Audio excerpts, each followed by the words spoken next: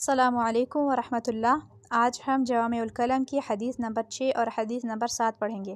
اعوذ باللہ من الشیطان الرجیم، بسم اللہ الرحمن الرحیم۔ حدیث نمبر 6، الظلم ظلمات یوم القیامہ۔ اس کا ترجمہ ہے کہ ظلم قیامت کے روز اندھیروں کی صورت میں ہوگا۔ حدیث نمبر 7، ما اسفل من الکعبین من الازار فی النار۔ ترجمہ اس کا یہ ہے کہ ٹخنوں کا جو حصہ پاجامے کے نیچے رہے گا وہ جہنم میں جائے گا۔ یہ حدیث مردوں کے ٹخنے کو چھپانے کے بارے میں ٹھیک ہے، خواتین کے بارے میں نہیں ہے، کیونکہ خواتین کو جو ہے ٹخنے چھپانے کا حکم ہے۔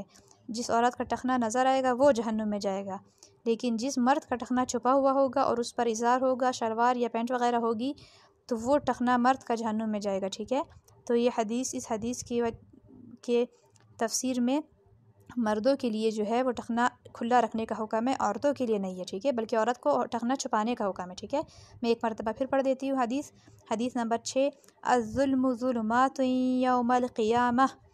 ظلم قیامت کے روز اندھیروں کی صورت میں ہوگا۔